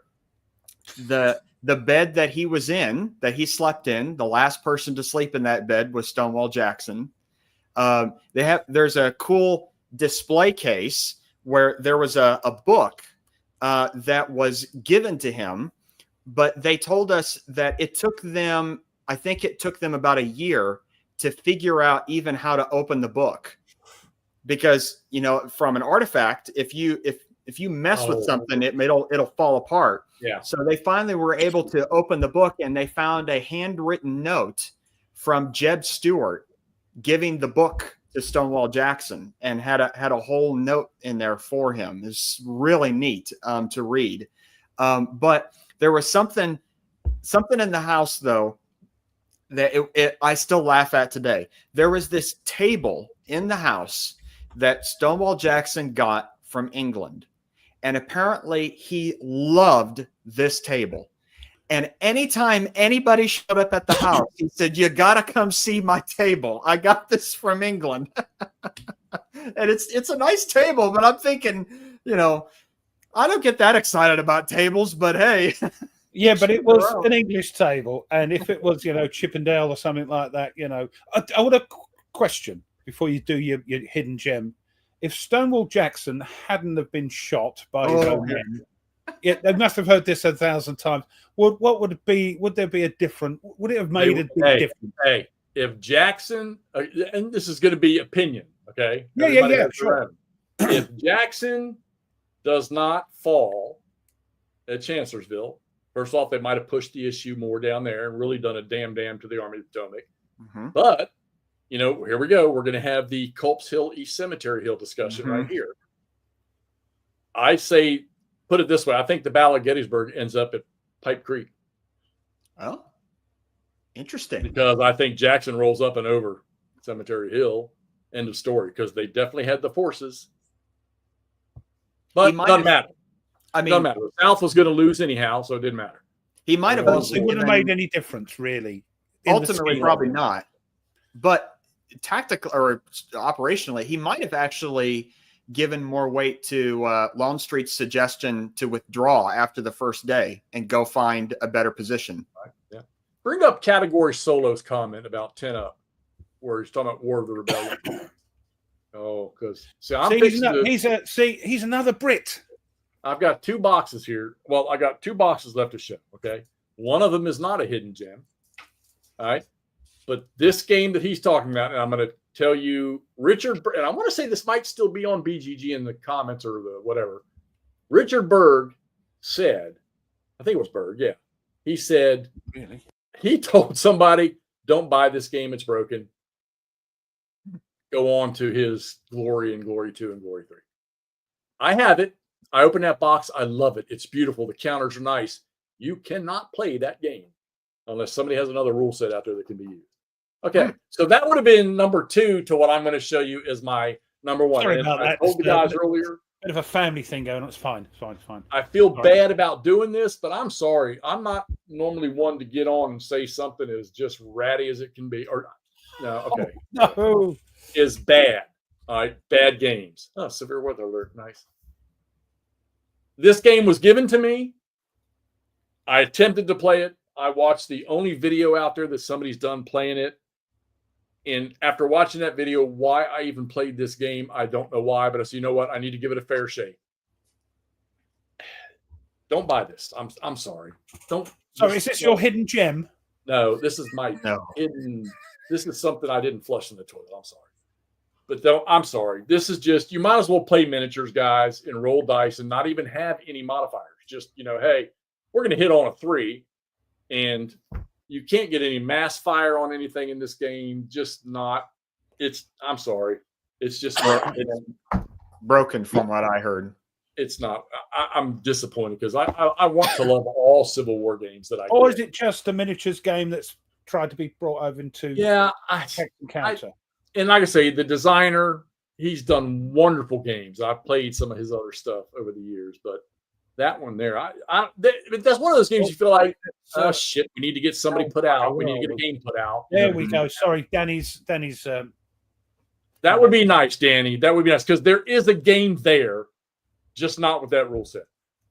Yep. Okay. You ready? And hey, it is absolutely fair to give constructive criticism where it's needed. Not every game is good, and not every game is a 10. And it's important to tell people and to talk about when a game is bad, because when something's bad, then that means we have things to work on, that we can improve. Not everything is perfect in the wargaming world. Right. No, to answer your question. I used to be known for saying I love everything, but you'll find that the things I love are the things that end up on my channel. If I don't, they don't end up on my channel. Exactly. Yeah, and I usually tend to be that way. If I don't like it, I'm just not going to play it. And if you ask me anything about it, I might not say nothing harmful. But I'm not going to lie to you. I've had games that I've set up and played where I was disappointed, but that thing made me cry. It was so bad. So, especially as you put Gettysburg on the top, it would have changed. You're getting all excited because you see Gettysburg and you think, "Oh, right, yeah, that's terrible." Right, what's your hidden gem? Give us a gem. Let's cheer us up. Cheer us up. You people can, if you don't like it, tough. Doesn't matter. It's your gem. It's a gem, and it's a great game. And if you have the nerve, people, not Warframe, is it? I got this game out because people bitched about the rules. It's not Warframe, is it? Hey, Nordic wants to know: was the Planks of Gettysburg a candidate for the barbecue at McMurray's? Yeah, I don't have a big enough yard like McMurray does to do that. So, and Stuka Joe wants to know: was the rule set a stretch goal? But okay, we're taking the mickey out of the game. But I don't think you're the only one who has that opinion about the game. So people need to know this. It's not having a go at any game producer or any designer. No. If something's a bit iffy, people need to know, because that makes the game producer and the designer may think, oh, right, yeah, that needs a look at. And so then we'll do some updates and send people out the new rules, whatever. So what's your gem? Yeah, give us your gem. Cheer me up. So this game was designed by John Prados, and it's Clash of Arms, and there are 3 different, I think there's 3 games in the series. Oh, it's not the best, I think. It's not big. This is operational. I want to say these were Barber early year maps, but people didn't play it because they thought the rules were screwed up. But when I started playing it, I was like, wait a minute, these rules are written in perfect play order. They're just not a fancy rule book. Oh. If you got this game and you have not put it on the table and tried to play this, give it a good whirl. Be a little patient with it. This is a phenomenal game system, and I wish this would have continued. I really do. Okay, is it a great campaigns competitor? Yeah, maybe on the lower end. But I think this is a marvelous game. Yeah, that's what you're saying. Now, that's the thing that confuses me with ACW as well. You've got the Army of the Tennessees there. You've got the Army of the Potomac. You've got the Army of this, Army of that. I don't know what's going on there. Is there a simple way to know what was going on? Well, it's the same. It's the same military structure as in the Napoleonic Wars. There's the Grand Armée, the Army of the North, the Army of Spain, and then there was the Corps underneath those army structures. Yeah. Oh, right, okay. But I just got to know, they were doing different bits of the country, weren't they? So correct. The Army of the Potomac did, I assume, the Potomac, but they didn't go anywhere else, did they? No, that operational area was Virginia and Maryland and Pennsylvania and that, yeah. Right. Historic wings. I will tell you this, that before Rick Barber passed away, I did have a communique with him. And I don't know, maybe somebody out there knows him better than me will know if he ever accomplishes. He was working on he told me himself, he was working on a 30-yard hex size map. I don't know where he was going with it, if there was going to be a game out of that, but he was working on a 30 yards. So that's a football pitch, isn't it? That's yeah. Wait a minute. You mean ours or yours? Well, I think are yours bigger than ours? I don't know. It's still pretty. Regardless. Yeah. Please. It's pretty, Army of the Heartland. I'm telling you, it's a very good game. I think I played a couple scenarios into it. Clash of Arms, William. I'm telling you, it's a very good game. You put all the maps. I think it's 3 maps if you put them all together. But you've got force. You've got a general in there, a cavalry commander for the Confederates. We all know Stewart. We all know Nathan Bedford Forrest and stuff like that. But there's another guy in there now. I can't think of his name off the top of my head, but he ventured way, way up into the north during these campaigns and was causing a whole lot of hell in Yankee Land. Look who's here. Morgan Raiders. Yeah, there you go. Thank you. Yep. It's a great game, guys, and you have all that in there. I mean, it's got the Battle of Murfreesboro in it, which granted, it's on a bigger scale, like a GCACW, but it's actually a very, very, very good I got game. a book on it. Oh, there you go. Yeah. This is the thing. I've chosen Great Battles as my rabbit hole. So I don't want you doing your hidden gems and going, try this, for Aprils and all that. GBACW. Let's get after it. Come on. Now, admittedly, I do not have any GBACW. You will. I'm thinking the first one I might do, because it's one of the most fascinating battles for me, is when they do the Wilderness game. So I test played some of that. Stepping into Hell, already on pre-order. I love walking that battlefield. It's a fascinating place to go visit. Right. So, okay. So so that everybody knows. All right. We know GMT's production is pretty phenomenal. But okay, so Buy Swords and Bayonets is there. Still pretty inexpensive. All right. Now, there's a lot of small stuff in that box. We are going to mention this, aren't we? That yes, we're going to talk about that. I love Stig to bits. He got a bit miffed when I asked him. So it's got an easier set of rules for people like ASL starter kit, and he was most upset. So we'll talk about that. You need to get over, if you like GBACW, if you have not pre-ordered. Sean, I was able to play it solo. 3 Dog, look, guys, 3 Days of Gettysburg is $63 pre-order. That's a monster freaking game. I think I've ordered it. That's me rabbit. That's what I'm saying. That's me rabbit hole. All right. Stepping into Hell. I stopped test playing because I actually printed out the game, made all my counters and stuff, and then he did a bunch of modifications, and I wasn't about to do that again. I could vassal it, but yeah. Stepping into Hell. You want to play a Civil War game that's going to rack your brain? There's not going to be one better than that right This there. is all GBACW, yeah? It's all GBACW. Oh, right. I picked the right one then. The thickets in there and what happens, the confusion with those troops in that game, these guys. And let me tell you, the only reason it's just now hit the P500 recently is because Al Smith and them, they wanted it right. And tour guide Phil will tell you, because he's still doing some test playing on it. It's a 4-mapper. It's phenomenal. And the combat in it and the movement into those thickets is amazing. There's also, I think it's already known, if y'all remember the old TSR Gleam of Bayonets, Gleam of Bayonets 2 is already in the works. The Western stuff, I think it's the Ozarks and stuff like that. I think they're getting ready to test play that stuff up in the GMT weekend or whatever. They're asking for some test players for that. Yeah, see, Phil says they're still test playing it. But these games, the pre-order price on these games, guys, I'm telling you, don't screw up. Go pre-order these things now. And I don't speak for GMT. I don't think anybody does. I'm just waiting to see on a note about this new way of shipping to us lot over this side of the pond, Europe and Britain, is that they're coming direct from China. I'm hoping to see a reduction in the shipping. I'm not hoping to see an increase in the shipping. So we'll see how that goes. If not, I'll be ordering them direct from Second Chance, even though the P500 price is great. So got to do a bit of math. Look who showed up. Mr. Mark showed up. Hey, Mark. That Stigler box you got right there. No, stop it, Mark. Oh, Mark. Thank you. Thank you so much. I did get your email. I'm going to reply to you tomorrow. That would be wonderful if we could do that. I'd love to do that. So yes, ACW is all curly whirlies. That means right. So Hexy, let me ask this question for someone who I haven't, like I said, haven't bought any GBACW games yet, but when I do, what would you recommend is the best way to like begin learning that system, because it's complex. Okay. So, all right. Okay. Well, first off, I'm going to say now with the Stigler's box, that would definitely be the box to start with. Okay. He takes a lot of stuff out of your way that you don't think about.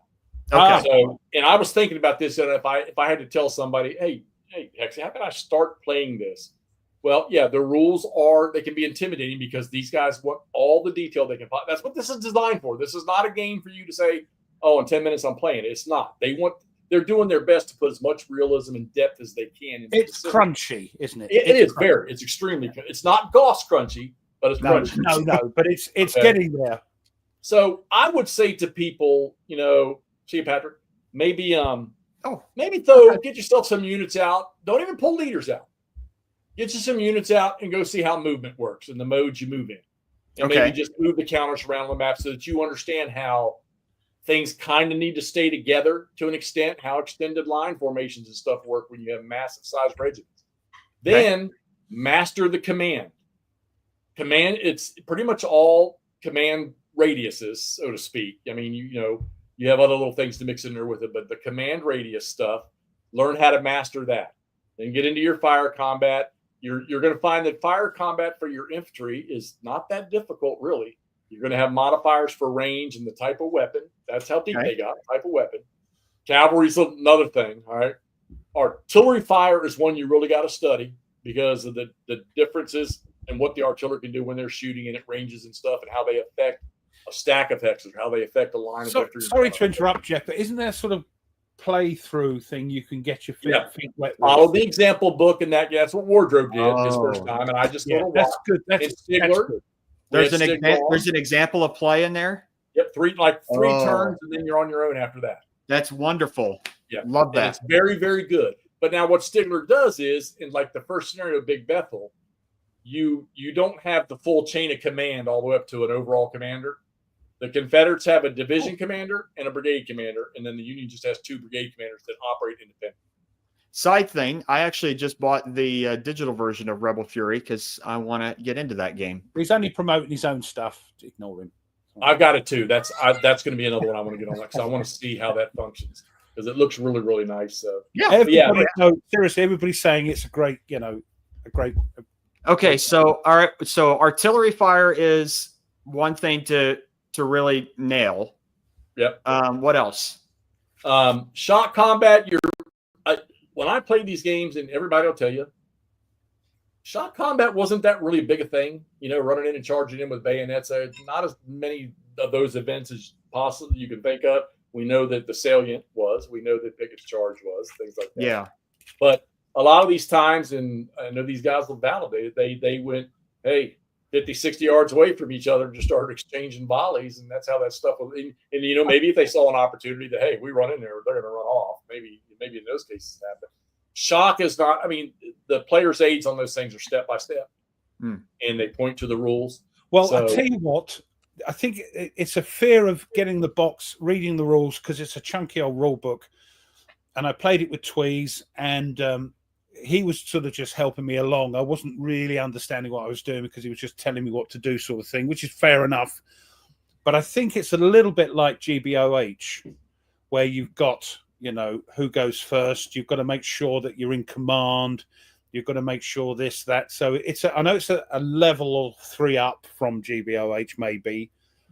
But if you play GBOH, at least you're aware of the command structure where it comes down. Well, in your punishment in this game for being out of command, it's not quite as drastic as it could be in some games, but you have what's called efficiency. And your efficiency determines how many activations you get because the game is played in 1 hour turns. And if you remember, the original GBACW they were 15 or 20 minute turns or whatever. So what this game does is the most you can have is 4 activations in a 1 hour turn. Well, you're going to accumulate fatigue and stuff like that, which I do recommend. Even though fatigue rules for core game are optional, I recommend you play with fatigue so you can get more realism out of it. But if your command chain is broke, you may not be able to change orders for a division because he's not. I remember they might, or they might just ignore you for some reason. Yeah. So it's they do it with efficiency and so if you're out of command and your division leader, he happens to get 4 activations for that turn, which is you're going to flip the division lead. You're going to draw a division leader activation chip. That one brigade that's out of command, he's only going to get 3 activations. And if he's got a regiment that's out of command range from his brigade leader, that regiment's going to lose another one. So that's how it works extremely well when you can't. And I'm telling you, I've got Heath on 2 different sides of the Chambersburg Pike, and Heath's command range is only 4. He cannot reach the 2 brigades on the left and get the 2 brigades on the right. So the 2 brigades on the left are suffering. And if you draw, 2 activations, well, guess what? They're down to 1 on the other side. Yeah. So cohesion, morale, whatever you want to call it. What Nordic said is true about the command structure. I remember you doing some videos quite a while ago now about how the command structure works in GBACW. That's the most important thing. Comes from the top down, the overall commander using GBOH stuff, overall commander down, so. Hissy, you knew you wanted it anyhow. You knew you wanted it. Yeah, so you master that, master command, master the order types for a movement, because there's 3 for movement, and then there's a reserve status. They've managed to put in open order. I don't see too many people doing too much of the open order stuff. It came out with the Death Valley box, I believe. You want a box that covers a lot of battles? Death Valley, up and down the valley, and they didn't even get them all, but they've got a good majority of them.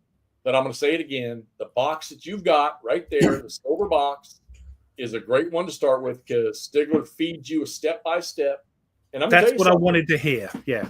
I mean, I got this. This is what got me into it because it was a GMT sale, and it was a stupid price. Right. And I thought I might as well get it just to see what it's like. And that's even the regular price at $60 is actually not bad at all. Yeah, for everything you get, and I'm gonna tell you, it's worth every penny, and you still find them out there. I think what was their retail price was like $89 or $80 or something like that. And I think I got it for about 30 quid. Once you did the conversions and things. And you're making it not fair because I'm thinking about buying it right now. And a lot of people don't. I mean, they pass on it because of those rules. I mean, come on, Wardrobe would not play this. It wasn't. Matter of fact, I think he had Death Valley twice. He sent me 1 copy. We gave, and Kev Big Board sent me his. We gave it away.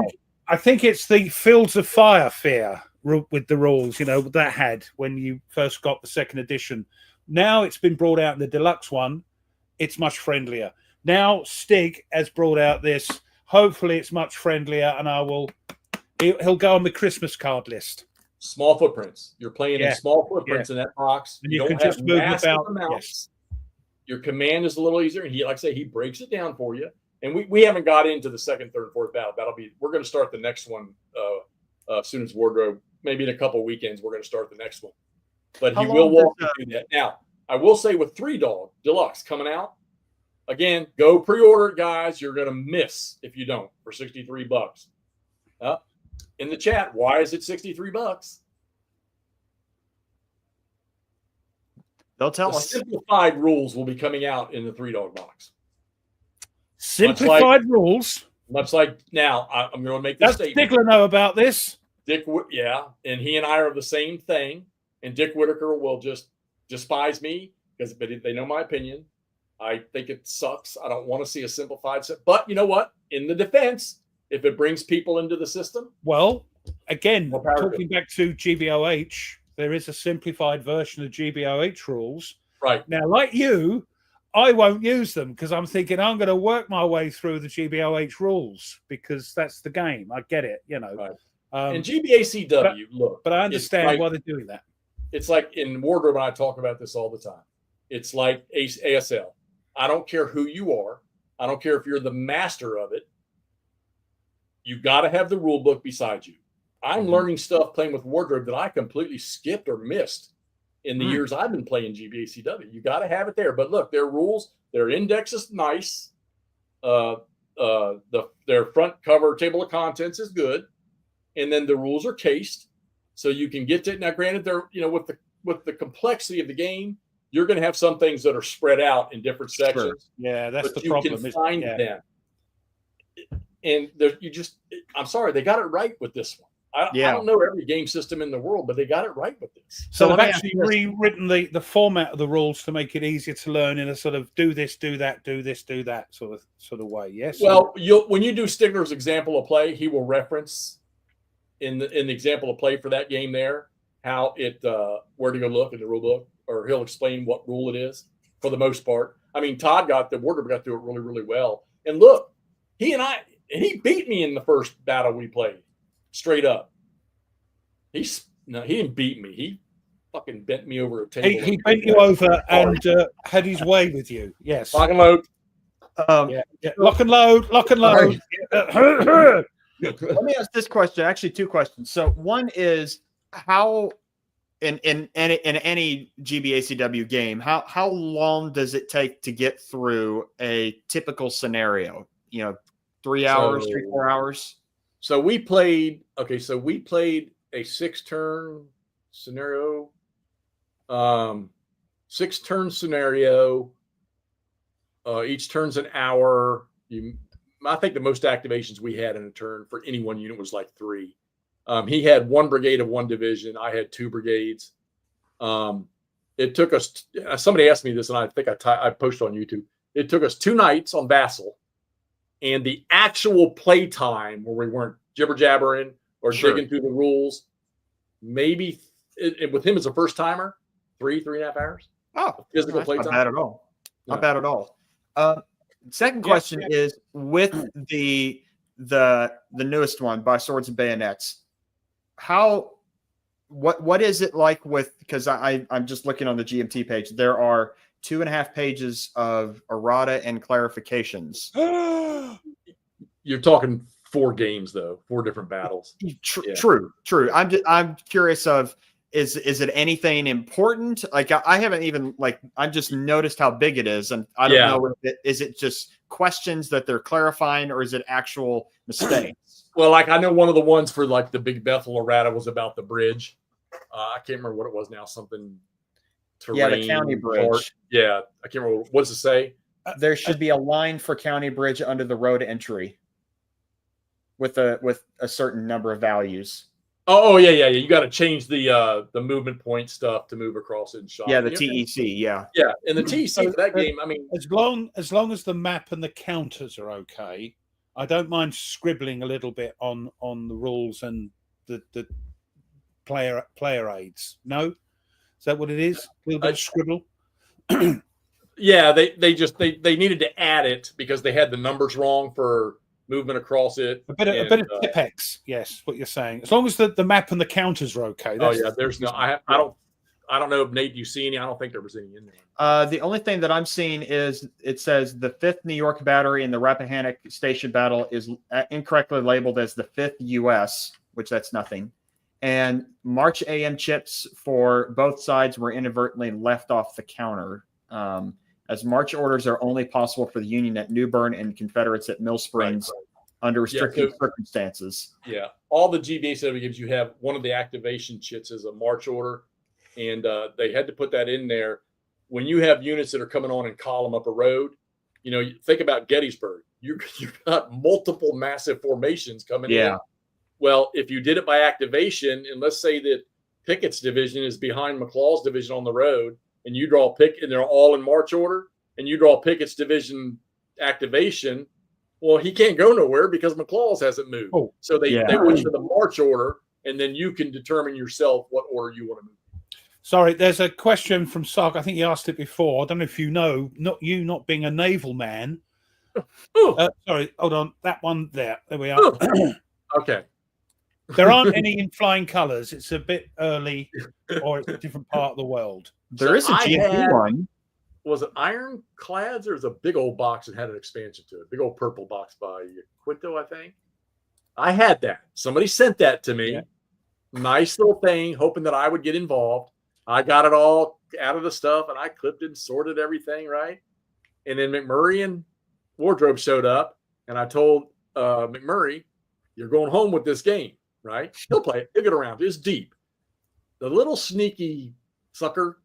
Doug, we're talking about ACW stuff and stuff. He snuck one in the stack of the bunch of stuff they left me. Victory in the Pacific, the Compass Games. I'm like, you butthead. Not Iron and Oak, Joe. I don't know what it was. I just know it was an ACW naval. There's one called Rebel Raiders on the High Seas from GMT. Isn't I know there that. one? What do they That's call a newer the metal, one, right? What do they call the metal ships that they built? The Ironclads? Ironclads. There's one called Ironclads, isn't there? Maybe. I think that might have been what it was. It's a big old purple box by Yaquinto, I think. Yeah, I'm sorry, guys. Naval, sorry. No, naval's not. I would be. It's not in flying colors. If you want to do American Revolution, then yeah, there's a bit of that in the flying colors. But everybody's saying Iron and Oak. Yes. I mean, the biggest naval battle of the Civil War is the ironclads just shooting at one another for several hours and then saying, "Okay, we're done." And then they what was it called? The Monitor or something? Was it the that Monitor one? and the Merrimack? Or yeah, the, just bang, bang. Yeah. I don't. Look, if it's guns pounding the coast at D-Day from battleships or destroyers, or if it's Stukas or P-51s running close air, I'm down. Mm-hmm.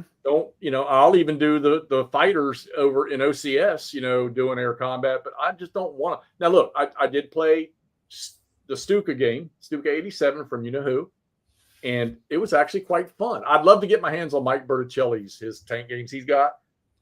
But it's just one of those things. I'm not going to buy that because there's too many packages of candy out there that I prefer over that stuff. What do you reckon of Doug's question? I mean, I bought the blooming thing, hoping that Stig has done me proud. Oh yeah. I'm surprised y'all have y'all had Stig on the show? Not yet. He comes in the chat sometimes. He comes in the chat sometimes. That would be a good one. Yeah, I do. I'm going to say buy it, but you need to understand GBACW is the end all tell all for me. It's crunchy. I got it because it looked like GBOH with things, with wings, with if you want to go down another road with Civil War, it's got the detail, it's got the depth of the game, but they're not nearly as hard to play. Go with Herman's Blind Swords. My God, the massive amount of games and different designers he's got, and then Black Swan. I mean, come on. Yeah, I got the. I haven't played it yet, but I got the first Manassas one from Blind Swords from Revolution. Is that the Revolution one? Yeah, I've got the first and second Kernstown. Looks beautiful. Beautiful looking game. Victory was ours, or something like that. Yeah. The day was ours. Yeah, and look, Todd said it right there. If you know somebody that plays GBACW and you want them to walk through with you, when I did it with Todd, Hi Hexy. I did not sit here and browbeat him with rules. He did it, and when he needed clarification, that's where I stepped in. And like I say, I learned just by watching him do. I learned some things that I had been completely missing. Yeah, hey, that's awesome. That's great. Yeah. Makes the game even that much more fun. Now all I want to do is play it nonstop. Because you've learned a few more bits you should have been doing. Yeah. And exactly. That's great. Yeah. I tell you what, tonight's thing has actually made me. I might have a look at those books, and mind you, time is a thing, isn't it? And I'm thinking, I want to get looking at Swords and Bayonets to let me go, and then go into the other stuff. And I've ordered all the other GBACW stuff that GMT are bringing out. Have you played any Civil War games at all, Ruff? Only with Tweez. Okay. Blue tweezers. Now, Ruff, once you finish In the Shadows, you can pull out By Swords and Bayonets and start that. I've got to do some horrible unboxings that people hate and I'm not very good at because other people are better. I've got to do them because some are contractually obliged to. But once I've done them, see, Swords and Bayonets is going to be take the rules away and read the rules. I mean, I've got an itinerary. This is the problem, Hexy. I've got a queue of things that I've got to do. Don't worry, Mark. I was just about ready to mention it. I was creating the segue. You could play the best ACW game of the year, Rebel Fury. It's one of his games, isn't it? Mark, what's Mark, don't you have a follow-up to this? What's it? He does. He has the Army of the Potomac with the 7 days campaign. Okay. That's coming out. So congrats on that, Mark. Yeah, of course. Yeah. No, because we knew you were in the chat, you see. We thought it might be a bit hedonistic, you know. You've got to play it. That's all I'm going to say. The first chance you get when you get the time, don't let the rules stammer you. No. I'm just trying to think if you've got something on. If you've been playing GBOH, this ain't going to scare you. No, that's what I was thinking. The problem with Tweez, all credit to Tweez for actually taking the time to teach me. As I said earlier, it's like he was just telling me what was going on, and it wasn't going in because I didn't understand the sort of formations and how it all worked and all that sort of thing. So, I haven't even tried GBOH yet. I'm still in the ACW operational stuff. So I'm the same way, Nate. I've got a bunch of the Julius Caesar Deluxe, and I've got I'm not gonna lie to you. I walk over there and I'm like, yeah, I'm gonna let this go because I'm not gonna play. And I see if Kev that's playing, not your I'm thing, like, I get it. If it's not your thing, I mean, I love. There's elephants, grand, lovely. I mean, it's brilliant, you know, and it is fun, and it's all open maps and everything. So I do. I will say though that the maps in GCACW are some of the best maps I've ever seen in war games. They are so good. Charlie Kibler does an amazing job with those. I met him one time. Maybe next. Oh, very cool. Maybe next. As a matter of fact, at a GBACW thing. Hey, just for the public out there, for the comment, for the other people viewing out there, just a general question. We know that the Civil War is my thing. Game system wise, obviously the tactical and the operational stuff. But what is my second favorite era in theater? It's got to be Eastern Front, isn't it? Maybe. We'll let the chat answer. Yeah. Because there is a game. Aldi knows. I know. He's got his hand up like, I know. Let's see. There's a couple of them out there that I know for sure. Nope, that was definitely not. That would be a wardrobe thing there. He loves early war West Front. Yeah, I do as well. I like Western Europe. Tweez, that's funny. No, he doesn't like Pacific stuff. Come on. My second favorite era and what theater? Come on, there's a bunch of you guys out there that know this. You just got a game on it. Yeah. Even Nate knows it. All naval, all the time. More with lots of airplanes.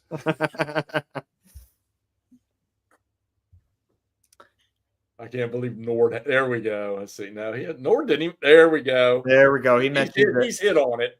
So, yeah, I'm definitely World War II East Front. Definitely. That's what I thought. Yeah. You know, which is weird because I grew up with the Bulge, D-Day, Market Garden. I love Market Garden too, right? Here we go. I'm going to say this one right here. I'm still waiting for a good Market Garden game.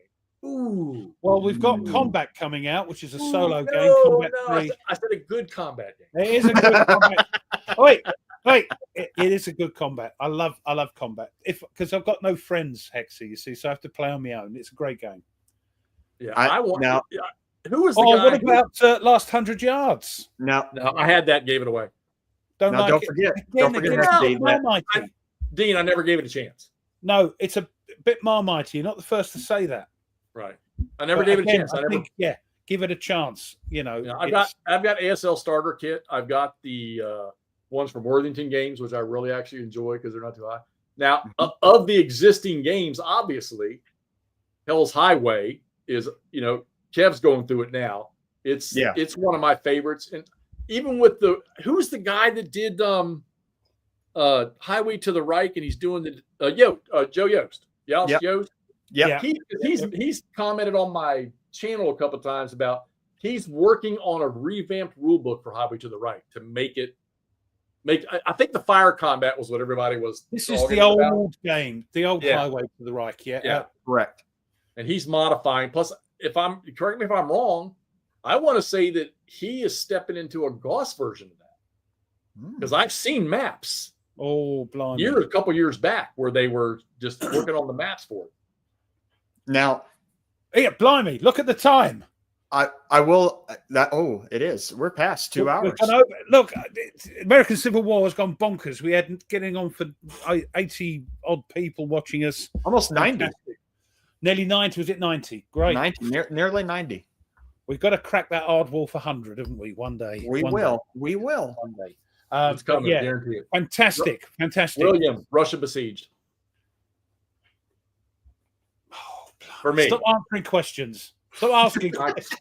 Hey, they're there. They're in front of me. What do you want me to do? I'm joking. I love it. I'm amazed that these amount of people turn up week after week to watch us jibber jabber. As Dragon, I think, said, we like to jibber jabber. So all I can say is, peeps in the chat, thank you so much. Yes, thank you all. Thank you, Hexy. And I think, my pleasure. you know what? It's got me old juices going a little bit for ACW. And then at my earliest opportunity, I'm going to have a look at Stig's. And holler if Stig. you want. You know, it'll be. I know it's easier for Nate and I because we're in the same time zone. But you know, if you you know, and you, like I say, when Wardrobe and I are on Saturday nights, I know it's a little late for you, but you know, Stigler gets on there with us sometimes, and he, you know, we always got that guy to give us the rules and take on stuff like that. Don't you worry. Where there's a will, there's a way. All right. So, and yes, if you could smash the like button for poor old Ruff. Thank you. And subscribe for him as well. Huh? And I subscribe. I did. I better do you then. No, I better subscribe to you. Anyway, as always, peeps, subscribe to these peeps if you haven't.